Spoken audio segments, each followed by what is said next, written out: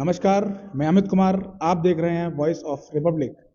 आज मेरे साथ मौजूद हैं किसान नेता, एक सक्रिय किसान नेता जो सही मायने में किसानों की आवाज़ को उठाते हैं, बुलंद करते हैं, उनकी आवाज़ को आगे तक पहुंचाते हैं, उनके हित का कार्य कर रहे हैं। मेरे साथ मौजूद हैं भारतीय हल्दर किसान यूनियन के राष्ट्रीय अध्यक्ष धीरेन्द्र सिंह सोलंकी जी। आपका स्वागत है सर। बहुत बहुत धन्यवाद पत्रकार बंधु। सर, आपने अभी मेरे से आपकी बात हुई थी। आपने बताया था कि आप कुछ धरना प्रदर्शन कर रहे हैं या शायद कुछ रैली निकाल रहे हैं या क्या कहीं कूच कर रहे हैं। क्या बात थी, आप क्या बता रहे थे आप? देखिए, गौतम बुद्ध नगर में 200 किसानों के साथ में जो गिरफ्तार किए गए हैं उसमें महिलाएं भी हैं। किसी भी कीमत पर भारतीय हल्दर किसान यूनियन किसानों का अत्याचार, शोषण और ये जो गिरफ्तारी की जा रही है ये बर्दाश्त नहीं करेगी। हम 7 तारीख को 6 तारीख तक के लिए हम इंतजार कर रहे हैं। अगर वहाँ का प्रशासन अगर उन किसानों के साथ कोई भी दुर्व्यवहार करता है और उनको छोड़ा नहीं जाता है तो भारतीय हल्दर किसान यूनियन 7 तारीख को पूरे उत्तर प्रदेश के अंदर से किसान कूच करेगा। वहाँ का हमारे यहाँ का एक एक पदाधिकारी, एक एक कार्यकर्ता, चाहे जिला स्तर का हो, चाहे ब्लॉक स्तर का हो, चाहे ग्राम स्तर का हो, चाहे वो राष्ट्रीय पदाधिकारी हो, प्रदेश का पदाधिकारी हो, मंडल का हो या ब्रज का हो, रोहिलखंड हो, सभी के सभी नोएडा के लिए 7 तारीख को कूच कर जाएंगे। तो कौन कौन सी मांगे हैं आपकी? किन मांगों को लेकर के आप कूच कर रहे हैं और लगभग कितनी शक्ति बल के साथ आप यहाँ से कूच कर रहे हैं? देखिए, जो हमारा है, हम एटा से कम 500 गाड़ियों के साथ में यहाँ से निकलेंगे। जो आज मैनपुरी वगैरह ये कन्नौज वगैरह के हमारे कार्यकर्ता बंधु हैं वो लोग इधर आएंगे। इधर हमारा एटा है, कासगंज है। धीरे धीरे हमारा काफिला बढ़ता हुआ चला जाएगा गौतम बुद्ध नगर की तरफ। अब इसका अंदाजा नहीं लगा सकते हैं कि हमारे साथ में कितनी गाड़ी होंगी। 1000 भी हो सकती हैं, 700 भी हो सकती हैं, 800 भी हो सकती हैं, लेकिन इससे कम हमारे साथ गाड़ियां नहीं होंगी। जो हमारी मांग है, जो एक अभी माननीय मुख्यमंत्री महोदय ने समिति बनाई है 5 लोगों की, जबकि हाई कोर्ट में एक समझौता हुआ था किसानों के साथ में और यमुना प्राधिकरण, ग्रेटर नोएडा प्राधिकरण, नोएडा प्राधिकरण के साथ हाई कोर्ट में, जिसमें 10% आवासीय प्लॉट 64.7 का मुआवजा देने के लिए, लेकिन किसी ने भी, इससे पहले भी एक समिति बन चुकी है, उस पर उन्होंने अपनी रिपोर्ट दाखिल की, कोई कार्रवाई नहीं हुई। अब माननीय मुख्यमंत्री योगी आदित्यनाथ जी ने एक नई समिति बनाई है।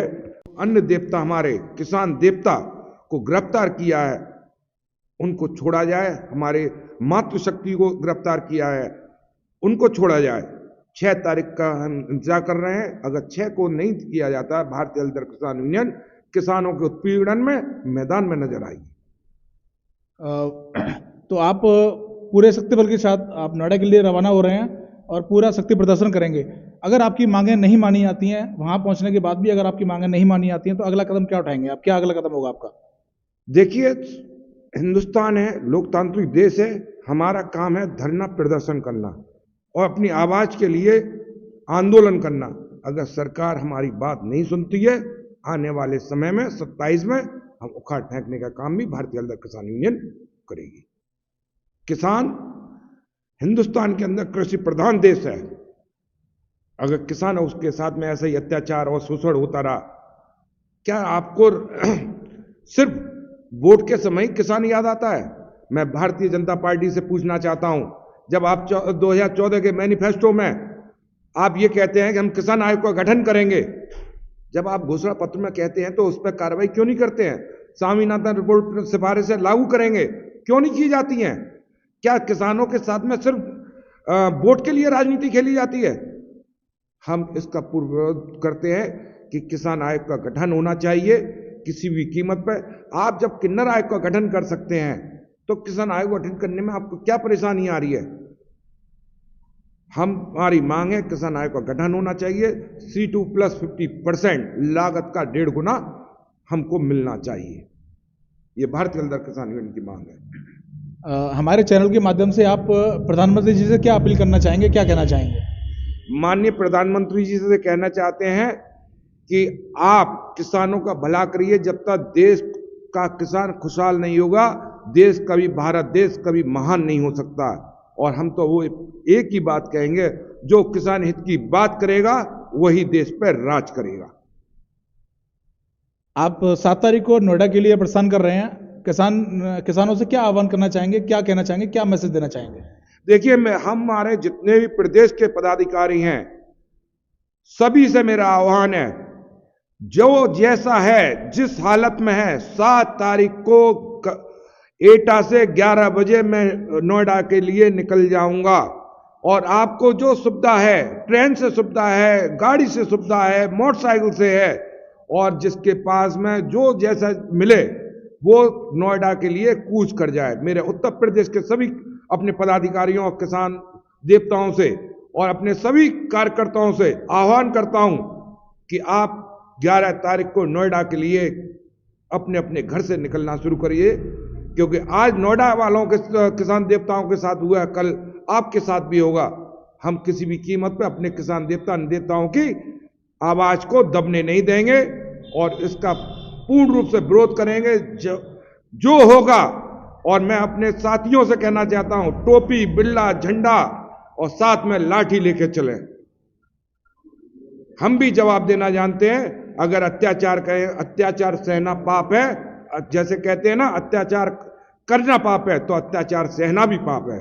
ना हम अत्याचार करते हैं, ना अत्याचार सहेंगे। भारतीय हलदर किसान यूनियन किसी भी कीमत पर किसानों के साथ अत्याचार नहीं बर्दाश्त करेगी।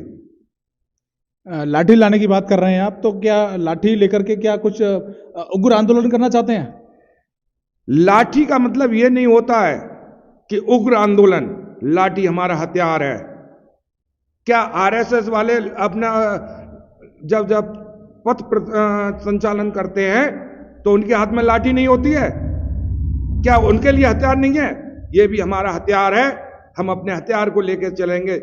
जब हम रात के 4 बजे और रात के 2 बजे हम खेतों में जाते हैं तो वही हमारा हथियार काम आता है। जब जंगली जानवर आते हैं तो हमारे लिए तो एक तरह से यही हो गया ना।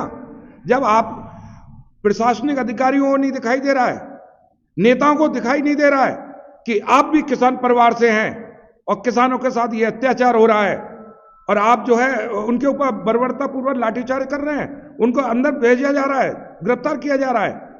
किस तरीके से उन्होंने नोएडा में धक्का मारते हुए जबरदस्ती गाड़ियों भेजा जा रहा है, और उनको ये नहीं दिखाई दे रहा है। मातृशक्ति की बात करते हैं ये लोग, मातृशक्ति को धक्का मारते हुए उन्होंने गाड़ी में बिठाया है। क्या है ये? क्या यही लोकतंत्र है? लोकतंत्र का मतलब यह है कि लोगों की आवाज को दबाना। आवाज को किसी भी कीमत पर किसान देवताओं को नहीं दबने देंगे। भारतीय हलदर किसान यूनियन किसानों के साथ कंधे से कंधा, कदम से कदम मिला के उनकी आवाज उठाएगी, और जहां जरूरत पड़ेगी वहां अपना खून बहाने के लिए हम तैयार हैं। जहां हम अपना खून बहाएंगे, हम उनसे ये कहते हैं आपका सिर्फ और सिर्फ पसीना बहाना चाहिए। वहां आह्वान भी है हमारा कि आप लोग सभी अपने अपने काम को छोड़ के, और जो भी हमारा पदाधिकारी है अगर रास्ते में है वो तुरंत वापसी हो और नोएडा के लिए कूच कर जाए। भारतीय हलदर किसान यूनियन का राष्ट्रीय अध्यक्ष का ऐलान है। तो ये थे हमारे साथ भारतीय हलदर किसान यूनियन के राष्ट्रीय अध्यक्ष धीरेन्द्र सिंह सोलंकी जी, जो पूरे जोश के साथ किसानों की आवाज को उठाने के लिए नोएडा के लिए निकलना चाहते हैं। यहाँ एटा से किसानों का आह्वान किया है उन्होंने, पूरे किसानों को उन्होंने आह्वान किया है कि अपना दल बल के साथ वहां पहुंचें, जिस कंडीशन में है उस कंडीशन में घर से निकलें और वहां पहुंचें और अपनी शक्ति प्रदर्शन करें।